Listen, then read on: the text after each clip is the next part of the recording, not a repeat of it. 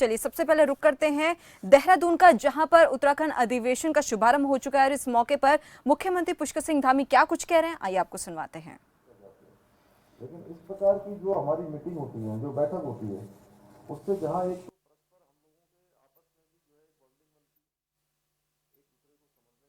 मिलता है और जो हमारे नए अधिकारी हैं उन सबको मार्गदर्शन का भी जो है अवसर इस बैठक में मिलता है।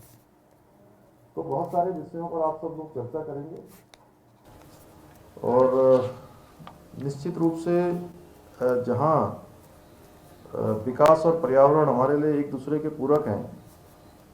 अभी मैं सुन रहा था हमारे सिंगल जी को कि आपने बहुत, क्योंकि मैं भी विभिन्न अवसरों पर इन बातों को फिर से कह रहा हूं कि दोनों विषयों के बीच में विकास भी है और पर्यावरण भी है, इकोलॉजी और इकोनॉमी, दोनों के बीच में कैसे समन्वय स्थापित हो। एक हमारे वन विभाग की बहुत बड़ी जिम्मेदारी भी हो जाती है और वन विभाग इसमें प्रमुख भूमिका भी निभा सकता है।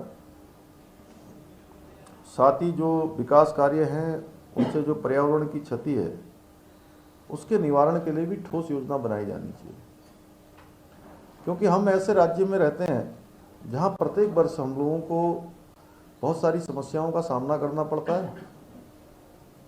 उसमें से जो हमारी प्रमुख समस्या है वो हमारी आपदा है। हर साल डिजास्टर आता है, हर साल हमको जो है कहीं ना कहीं कोई ना कोई स्थान जरूर होता है।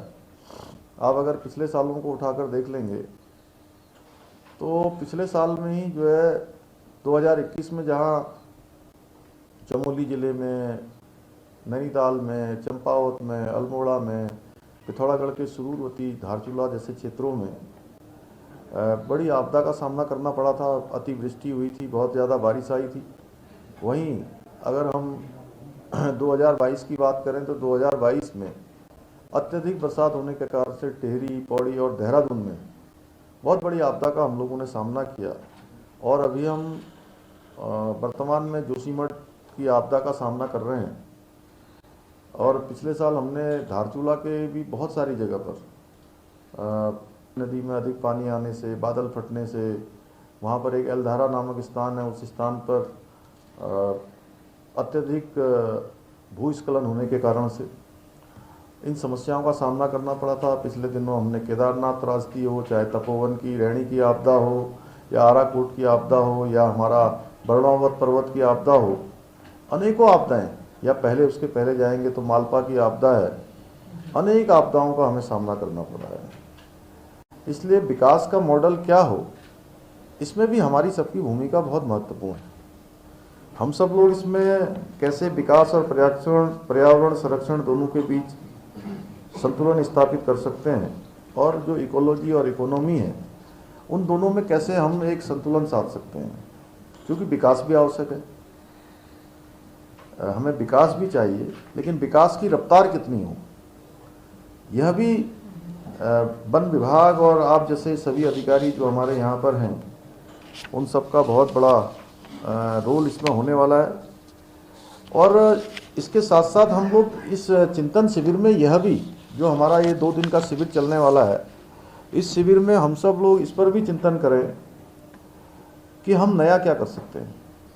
जो माननीय प्रधानमंत्री जी हमेशा कहते हैं कि नवाचार, विभागों में हम नया क्या कर सकते हैं, किस प्रकार से कार्य संस्कृति को बदल सकते हैं। एक कार्य संस्कृति आज पूरे देश के अंदर पैदा हुई है। मैं देख रहा था कि तो आपने जब हमारे कपिल जी इसको बोल रहे थे, तो एक तो उत्तराखंड एक्ट 25 और 2047, ये दोनों ही हमारे लिए बड़े महत्वपूर्ण हैं। जहां उत्तराखंड में हम सब लोग काम करते हैं, तो उत्तराखंड में 2025 के लिए हम वन विभाग की तरफ से कौन से कार्यक्रम देने वाले हैं, हम क्या काम करने वाले हैं। और बैठकों में हम लोग आते हैं, जाते हैं, प्रेजेंटेशन देते हैं, सभी प्रेजेंटेशन बहुत अच्छे होते हैं। पीपीपी बोलते हैं ना उसको,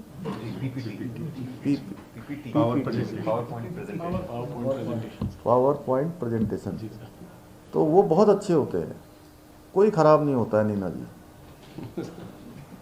सारे के सारे अच्छे होते हैं।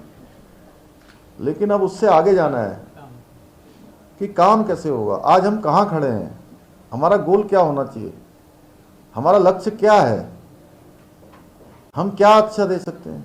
क्यों बिजूलाल जी, आप वहां से हंस रहे हैं? तो यह होना चाहिए कि भाई सीधा सीधा मैं मानता हूं कि जैसे ठीक है, आप सब लोग अभी जैसे सुबोध जी यहाँ बोल रहे थे, हमारे मंत्री जी, कि 3 जो प्रमुख सेवाएं हैं उसमें से एक प्रमुख सेवा हमारी वन सेवा भी है। तो ये मानिए कि मैं कल हमारे सिंघल साहब कल मिले थे मुझे जी, तो मैंने ये बात इनसे तब भी कही थी। देखिए, आप सब लोगों पर भगवान की बड़ी कृपा है, तभी तो आप इस सेवा में आए हैं। आपकी सेवा में कितने हजार लोग होंगे, सब मिलाया जाए पूरे देश में तो 2700 जो सुना जी कितने होंगे? 2700। और देश की आबादी कितनी है? 1.4 बिलियन। 140 करोड़ ना जी। तो आप अंदाजा लगाइए कि भाई उस 2700 में 2700 इंटू 2700 को जो है वो कर दीजिए, क्या नाम हुआ, 1 करोड़ 140 करोड़ से डिवाइड कर दीजिए, कितने बिंदु लगाने पड़ेंगे? तो आप सोचिए कि ये भगवान ने जो है, ये जो आपको ये सेवा दी है, ये किसी आश्चर्य से कम नहीं है। आश्चर्य है कि आपको इस सेवा में आने का अवसर मिला है, आपको अच्छी सैलरी मिलती है, अच्छी सुविधा मिलती है, सभी को घर भी मिला होगा। मेरे ख्याल से जब तक सेवा में रहेंगे सभी को, आप लोग जितने इस सभागार में सबके पास गाड़ी भी होगा, क्यों कल्याणी, है ना? तो सभी के पास गाड़ी भी रहेगा ना कपिल जी? और कई बार मैं देखता हूँ, वैसे आप लोगों के यहाँ से ज़्यादा नहीं, मैंने अन्य जगह पर कुछ लोगों को ये बात बोली है, कई बार हम लोग सैकड़ों जोड़ी कपड़े रख लेते हैं अपने पास, छोटी बात है, किसी को शौक भी होता है कपड़े पहनने का, अपना अपना शौक है, कोई अच्छे कपड़े पहनना चाहता है पहनता है, खूब कपड़े भी रख लेते हैं, 100 जोड़ी 200 जोड़ी। लेकिन क्या उन सभी कपड़ों का नंबर आ पाता है क्या साल भर में? आपके पास भी राव साहब होंगे तो आपके सारे कोट कभी काम नहीं आते होंगे, मेरे भी नहीं आते। उसके बावजूद भी कई बार हम लोग खो जाते हैं दूसरी दुनिया में जाकर, क्यों पात्रो जी? तो हम खो जाते हैं और हम अपना मूल काम भूल जाते हैं कई बार। मैं आप लोगों से जो कहना चाहता हूं, देखिए कोई भाषण देने वाला नहीं हूं, कोई आपका मैं मार्गदर्शन भी करने के लिए नहीं आया। पूरे प्रदेश के अंदर घूमने के बाद, जाने के बाद, लोगों से मिलने के बाद, लोगों के बीच में शिविरों के माध्यम से, अन्य माध्यमों से जो रोज मुझे फीडबैक प्राप्त होता है, उसके आधार पर मैं कह सकता हूं कि जो ये मनुष्य का जो जीवन है, ये एक आश्चर्य है। और उससे बड़ा आश्चर्य है कि भारतीय वन सेवा में आना। तो ये जीवन सफल और सार्थक कैसे होगा?